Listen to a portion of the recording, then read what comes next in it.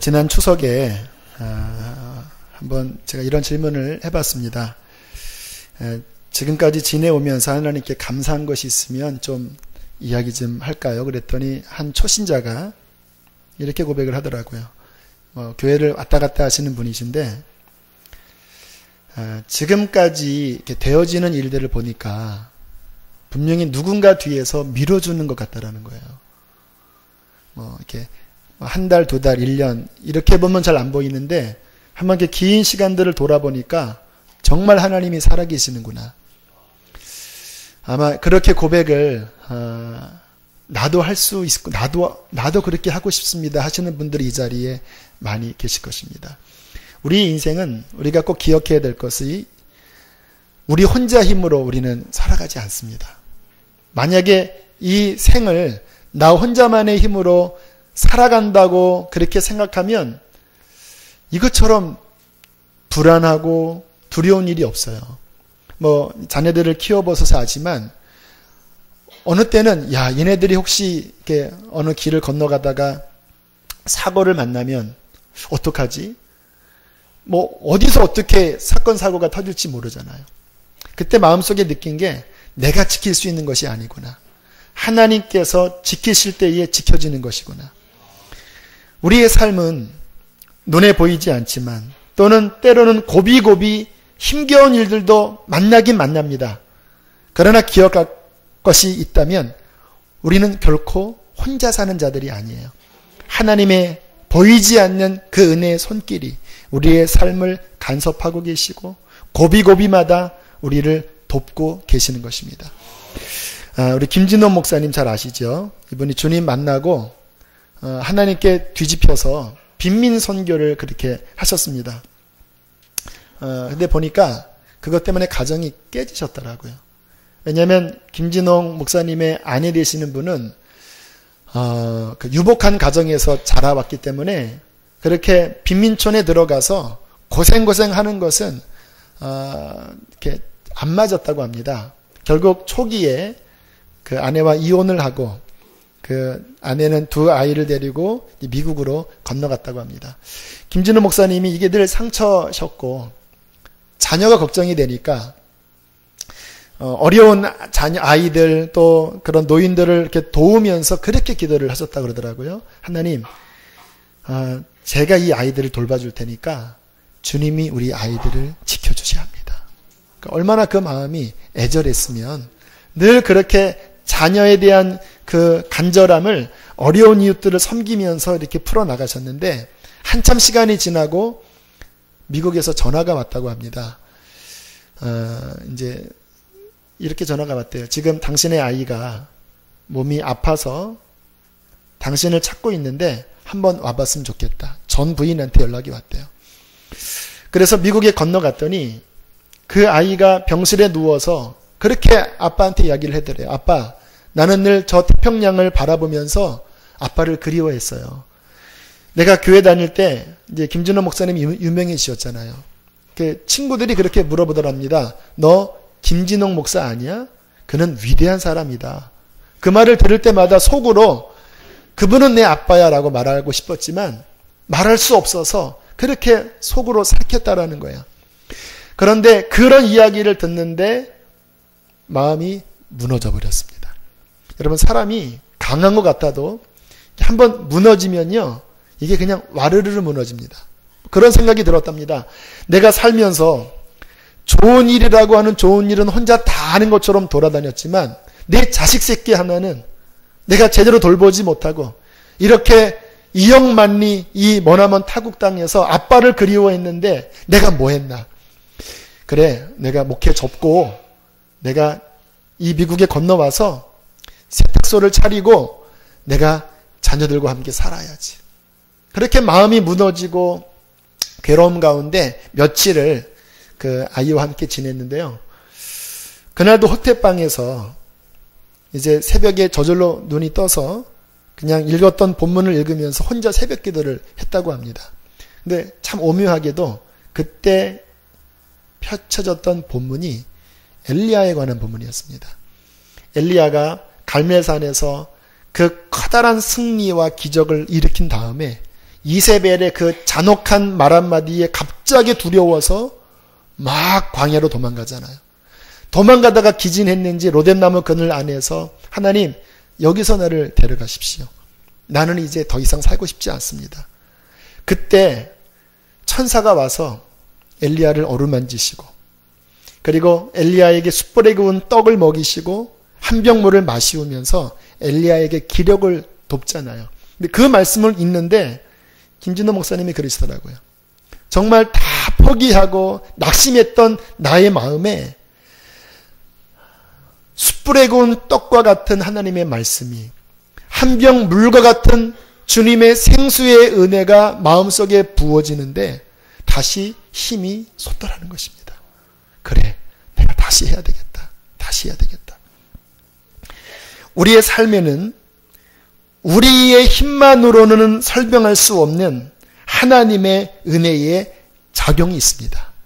우리 힘으로 살아가는 것이 아니에요. 그것만으로는 설명할 수 없는 하나님의 밀어주심이 있어요. 그것 때문에 우리가 오늘 이 자리까지 올 수 있었던 것입니다. 성도들은 이것에 관한 믿음을 어떠한 상황 가운데서도 잃어서는 안 됩니다.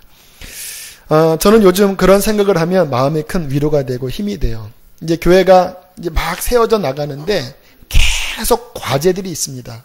사역자들을 세우는 것, 또 교회 안에 어떠한 부분들을 풀어나가는 게 이게 계속 저에게는 과제예요. 또 매 순간마다 말씀을 준비하고 하나님의 말씀을 전하는 것이 글쎄 이렇게 표현하면 어떻게 들을지 모르지만 정말 진액을 쏟아내야지만 대충이 아니라 진액을 쏟아 넣어야지만 영혼들이 살아날 텐데 그런 마음을 드니까 어느 때는 굉장한 마음에 부담이 몰려와요.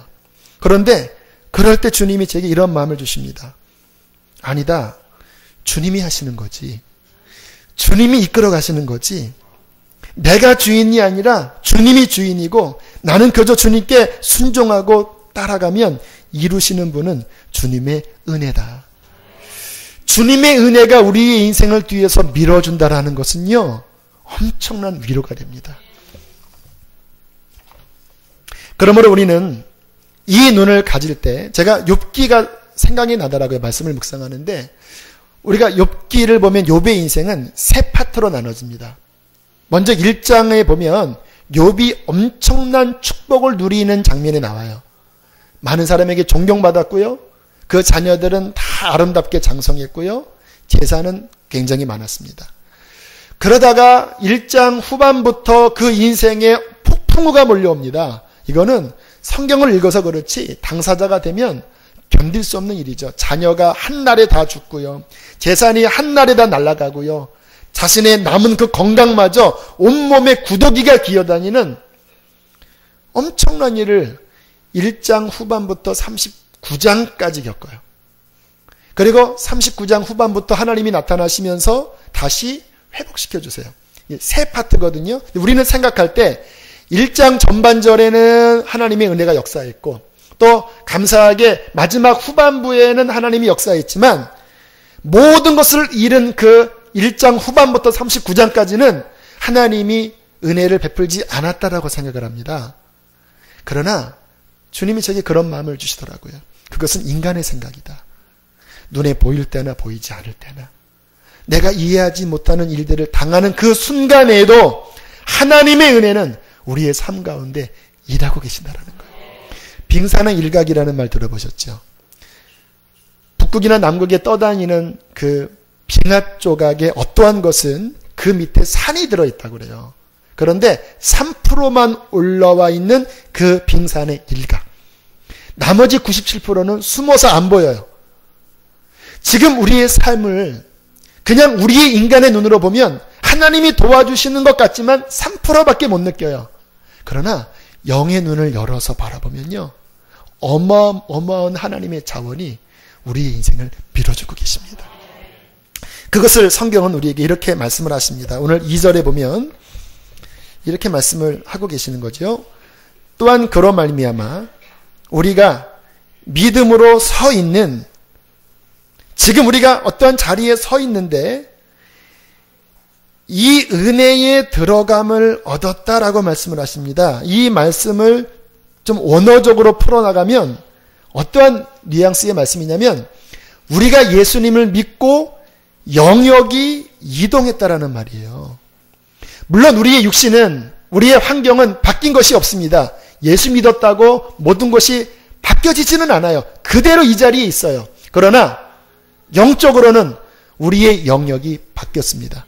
어떠한 영역이냐면 하나님의 은혜가 내리쬐이는 영역으로 우리는 옮겼다라는 것입니다. 우리가 지금 믿음으로 그 위에 서 있다라는 거예요. 그 영역 안에는 눈에 보이지 않지만 천지를 창조하신 하나님의 자원이 우리를 밀어주고 계시고, 그 영역 안에는 예수 그리스도의 한량없는 은혜가 덮고 계시고, 그 영역 안에는 하나님의 도우심과 돌보심이 함께하는 영역이라는 것입니다. 이것을 비유로 들자면 수년 전에 탈북자들이 중국에서 대사관으로 수십 명이 침투해 들어가서 전 세계에 큰 그 뉴스거리가 된 적이 있죠. 그때 막 그 탈북자들이 그 대사관 담을 넘고 중국 공안들이 막 잡아 당겨도 필사적으로 그 안에 들어가려고 하는 이유는요, 같은 중국 땅이지만 그 대사관 안은 중국의 법이 미치는 곳이 아니라 그 나라의 주권이 미치는 곳이에요. 그래서 그 안에 들어가고 언론에 터뜨렸을 때 중국이 어떻게 손을 댈 수 없었습니다. 왜냐하면 그 안에는 다른 나라의 통치가 미치고 있었기 때문이에요. 그래서 그들이 다 살아났잖아요. 똑같습니다. 우리가 몸은 이 땅에 있지만 믿음의 눈을 열어보면 믿음으로 말미암아 우리가 지금 어떠한 자리에 서 있는데 그 자리는 하나님의 은혜가 우리를 보호하고 있는 그 영역 안에 우리가 들어가서 그 안에서 우리는 지금 하나님의 은혜를 누리며 살고 있다는 것입니다. 그 은혜의 영역 안에서 무슨 일이 벌어질까? 오늘 주님은 우리에게 두 가지를 보여주십니다. 첫 번째, 2절에 보면 이렇게 말씀하십니다. 이 은혜에 들어감을 얻었으며 하나님의 영광을 바라고 즐거워하느니라. 그 은혜의 영역 안에서 일어나는 일은 뭐냐면 하나님의 영광, 여기서 말하는 하나님의 영광은요, 다가올 하나님의 나라 천국 세계를 이야기하는 거예요. 그 하나님의 영원한 영광을 바라볼 수 있고 그것을 즐거워하는 삶으로 바뀌었다라는 것입니다. 이 말씀이 피상적으로 들릴 수도 있어요. 우리가 예수님 믿었는데 하나님의 영원한 영광을 바라보게 되었어? 그게 나와 무슨 상관이야? 여러분, 큰 상관이 있습니다. 이 세상에 우리가 살면서 가장 사람이 허무하게 목숨을 끊는 게 뭐냐면 인생이 이 땅에 속한 모든 명예와 영광과 재물과 모든 것이 결코 영원하지 않다라는 데 있습니다. 죽으면 끝이잖아요. 그러니까 뭐 유명한 연예인들이 또는 뭐 큰 그룹 회장 부회장이 일순간에 목숨을 끊는 게 이 땅에 눈에 보여지고 손에 잡혀지는 것이 진짜 영광이고 영원하면 끊지를 않을 텐데 그 자리에 가봤자, 그것 가져봤자 그게 얼마 지나지 않아서 꺾여져 버릴 것이라는 것을 아니까 허무함으로 목숨을 끊는 것입니다. 그런데 성경은 말씀하십니다. 주님이 우리에게 그 영원한 것을 볼 수 있는 눈을 은혜 안에서 열어주셨다는 거예요. 전에 섬기던 교회의 한 권사님의 아버님이 불의의 사고를 당하셨습니다. 그 따님이 좀 복음을 전해달라고 제게 요청을 하셔서 이제 찾아뵀는데 뭐 70 중반 되신 분이셨는데 뭐 평생 교회를 그렇게 싫어하시고 그렇게 교회 욕을 많이 하셨다 그러더라고요. 근데 어느 날 신발을 벗다가 뒤로 넘어지셨는데 이게 목뼈가 부러지셔서 하반신을 못 쓰시고 강남에 있는 성 베스티안 병원에 이제 몸에는 이제 욕창이 나기 시작하니까 너무 괴로운데 이건 뭐 이제 움직일 수 없잖아요. 그 가운데 따님이 얼마 남지 않은 것 같은데 꼭 복음을 전해달라고 부탁을 하셔서 기도하는 마음으로 찾아갔습니다. 근데 참 마음이 쉽지 않더라고요. 70 중반까지 교회를 그렇게 싫어하셨던 분이 그 마지막 한순간에 주님을 영접하는 것은 인간의 힘으로 되는 게 아니거든요. 그래도 따님이 열심히 기도했기 때문에 이제 방문을 해서 복음을 전하기 시작했습니다. 직접 대면했습니다. 할아버지, 하나님이 천지를 창조하셨습니다. 그분이 조물주입니다. 그런데 우리가 죄를 짓잖아요. 우리는 살면서 다 죄를 짓습니다. 할아버지도 죄를 지셨지요. 고개를 끄덕거리시더라고요. 그런데 그 죄는 사라지지 않고 죽음 이후에 심판이 있습니다. 했더니 움찔거리시는 거예요. 왜냐하면 이 할아버지에게 죽음이 점점 다가오고 있었거든요. 심판이 있습니다. 이것에서 벗어날 수 있는 길은 하나밖에 없습니다. 죄 없는 분은 한 분밖에 없는데 하나님이 보내신 외아들 예수님이십니다. 그분이 십자가 지셨고 할아버지의 죄를 담당하셨습니다. 그분을 믿으시면 용서함 받습니다. 영접하시겠습니까? 했더니 할아버지가 끄덕끄덕 거리시더라고요.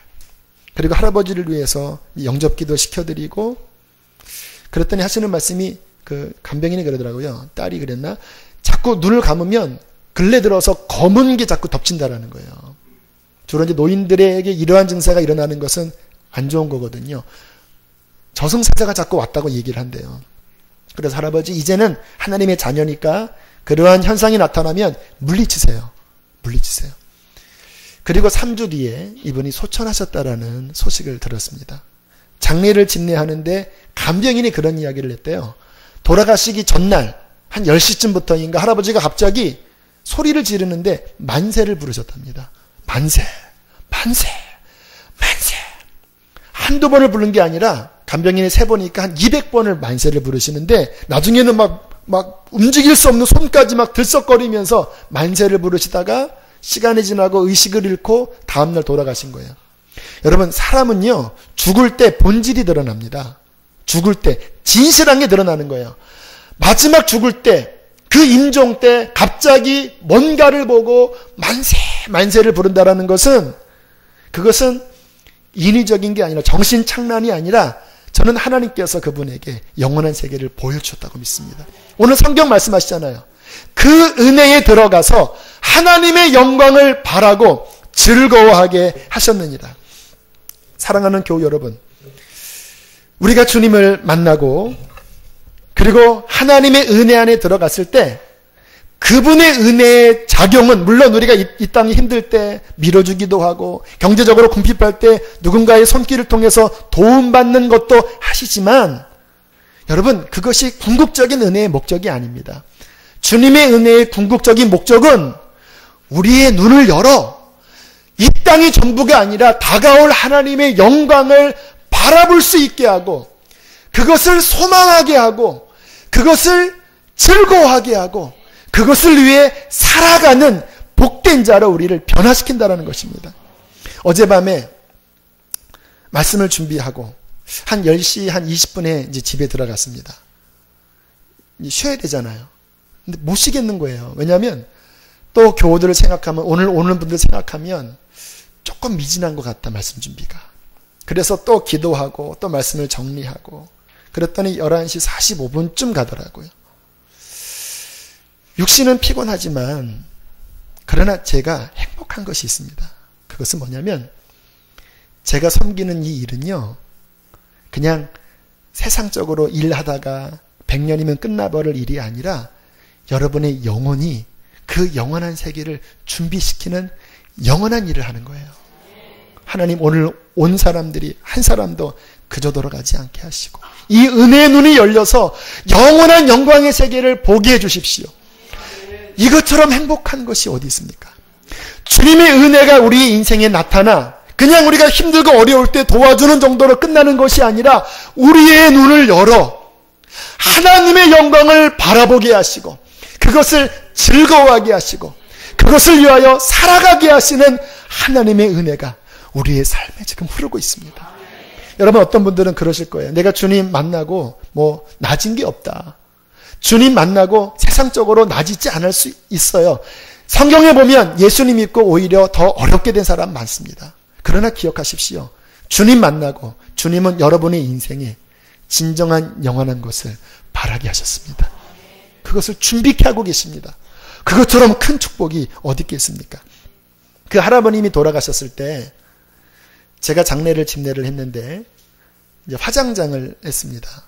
근데 보통 성남이나 벽제에 있는 이 화장터는 유족들이 충격받지 않게 하려고 그 시신을 관이 들어가는 것까지만 봐도 마음이 굉장히 힘들어요. 그 불이 홀로 타는데 관이 스르르르 들어가는 걸 보면 이제 저분을 이 땅에서는 다시 볼 수 없잖아요.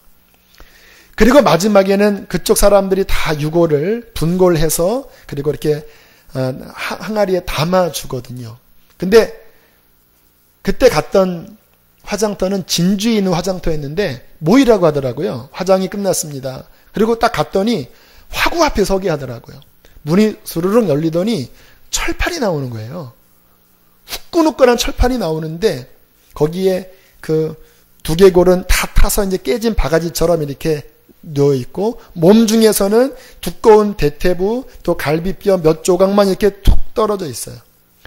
그것을 봤을 때 유족들이 뭐라고 입에서 탄식을 한지 아십니까? 불쌍하다고요? 아닙니다. 아이코 허무해라. 아이코 허무해라. 제가 3주 전에 그 할아버지를 봤을 때 비록 누워 계셨지만 그 할아버지는 세상에 계셨던 분입니다. 그런데 화구 속에 2시간 만에 그 인생이 태어나면서부터 살려고 발버둥 치고 그 영역의 세월을 추구해왔던 그 모든 것이 육신에 속한 모든 것이 2시간 만에 재로 버린 거예요. 이게 인생입니다. 이게 인생이에요.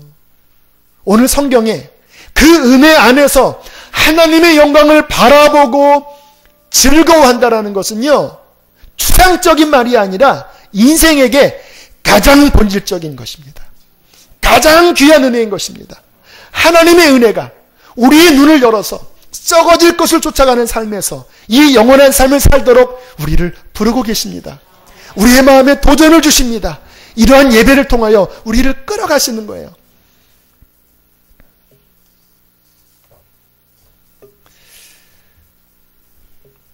뿐만 아니라 이 하나님의 은혜가 우리의 삶의 영원한 것들을 열어주시고 또 어려울 때 도와주시는 은혜로도 작용을 하시지만 그러나 오늘 성경에 보면 또 하나의 오묘한 작용을 우리에게 말씀하십니다.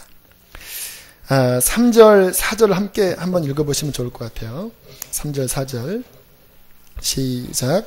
다만 이뿐 아니라 우리가 환난 중에도 즐거워하나니 이는 환난은 인내를, 인내는 연단을, 연단은 소망을 이루는 줄.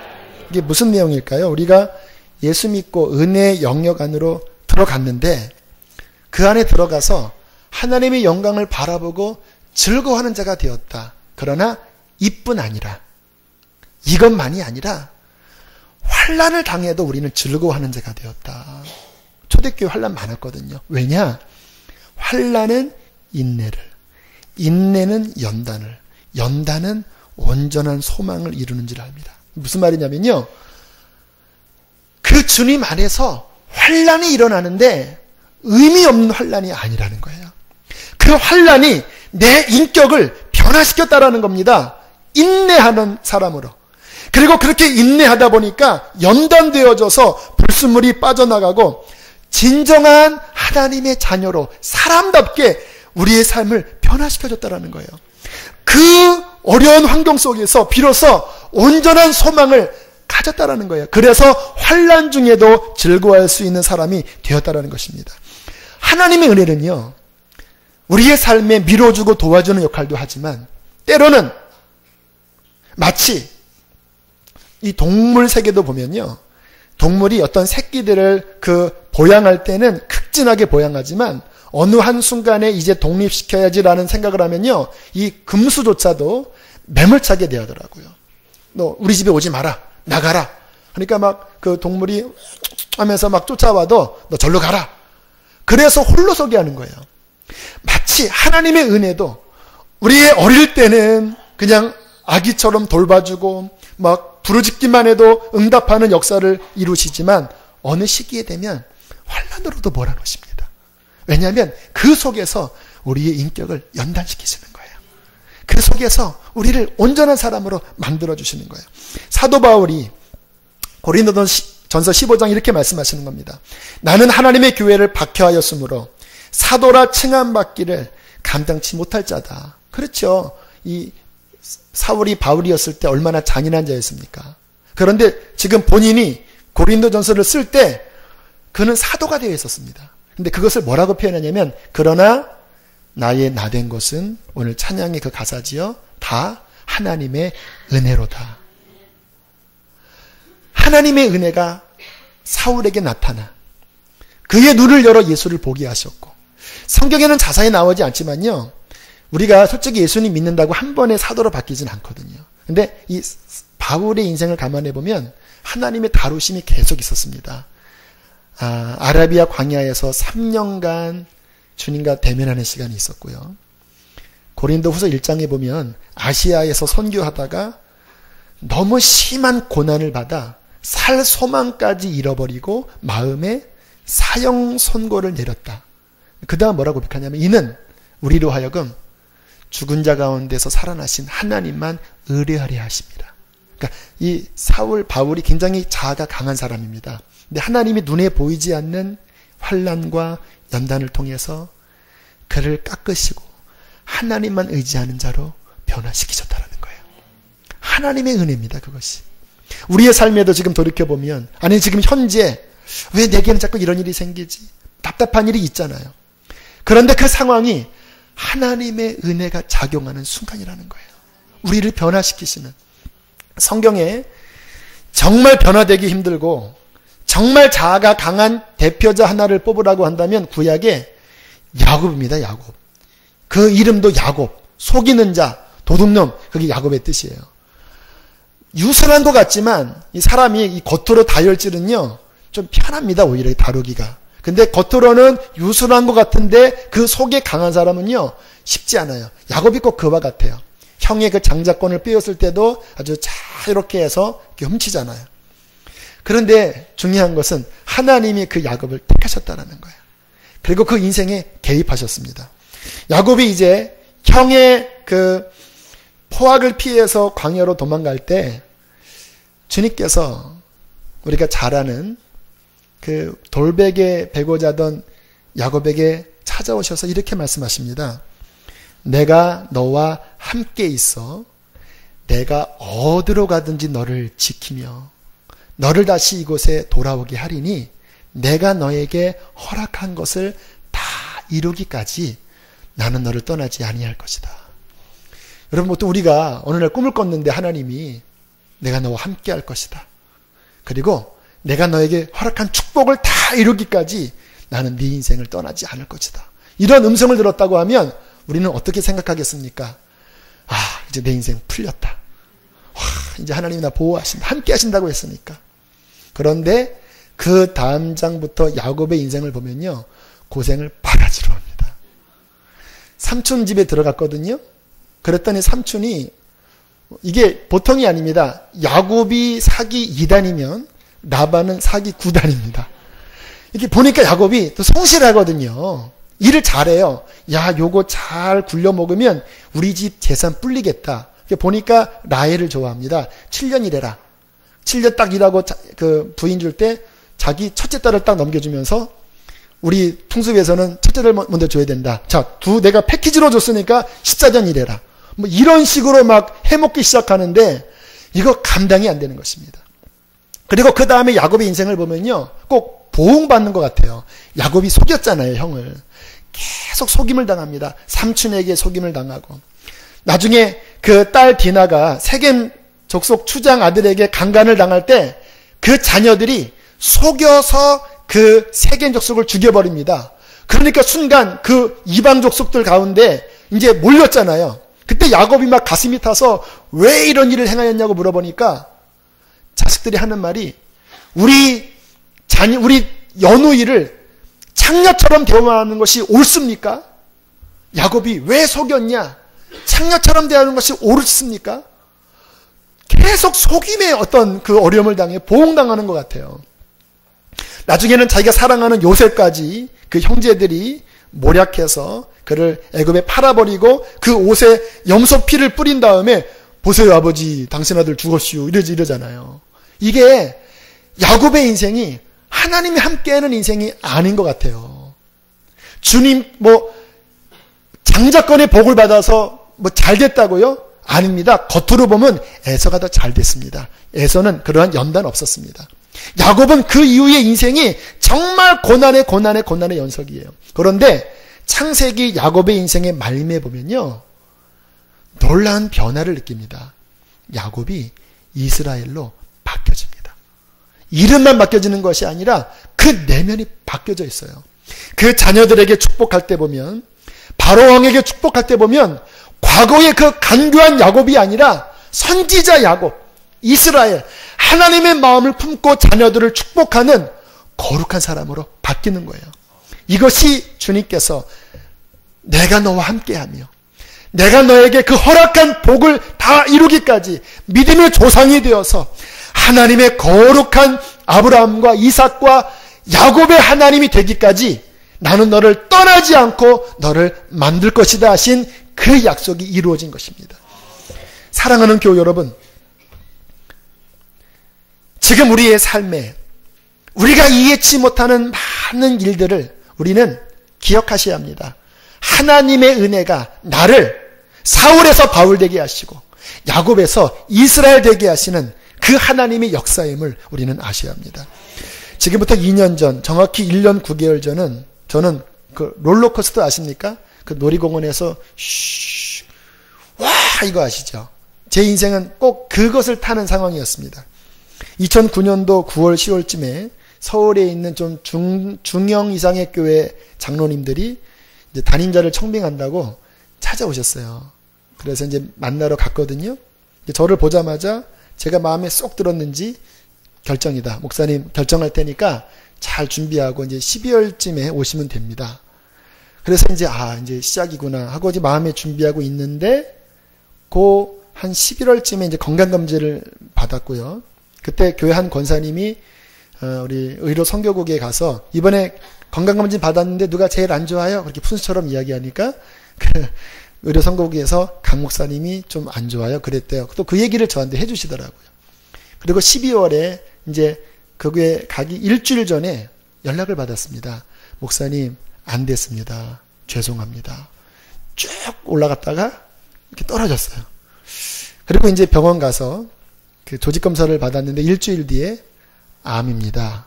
쉬 하더니 그냥 거의 하는 꼭대까지 올라갔다가 훅 떨어지면서 아무튼 좀 이렇게 마음고생하는 그 한 3개월의 시간을 갖게 했습니다.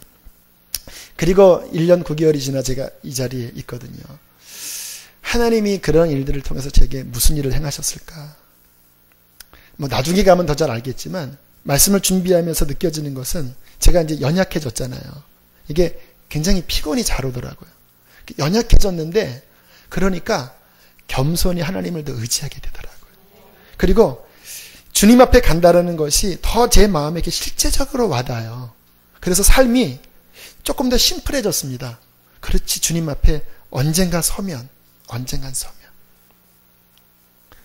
왜 그런 일을 이루신지를 몰라요. 그러나 주님은 그 하나하나의 손길을 통해서 우리를 변화시켜 주십니다. 이제 산화목자교회 이제 목사님들과 이제 가끔 목욕탕을 가면 좀 조폭 분위기가 납니다.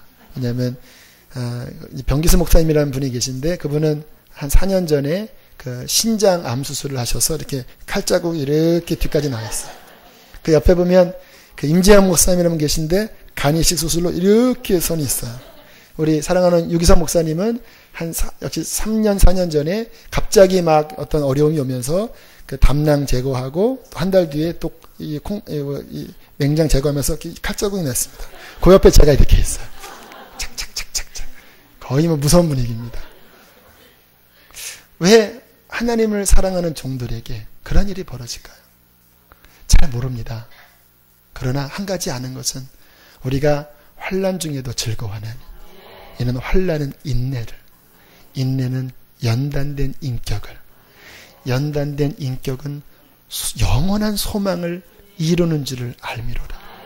여러분, 우리는요 어떠한 일을 당해도 실망해서는 안 돼요. 우리의 삶에 하나님의 은혜를 기억하고 우리는 그 은혜를 언제나 의지해야 합니다. 그러면 그 은혜는 우리의 삶에 때로는 돕는 은혜로, 때로는 뒷짐지신 것 같지만 보이지 않는 그 손길을 통하여서 우리를 영원한 세계를 바라보는 자들로, 그 나라를 준비하는 자들로, 변화된 자들로 그 은혜는 우리를 이끌어 가실 것입니다.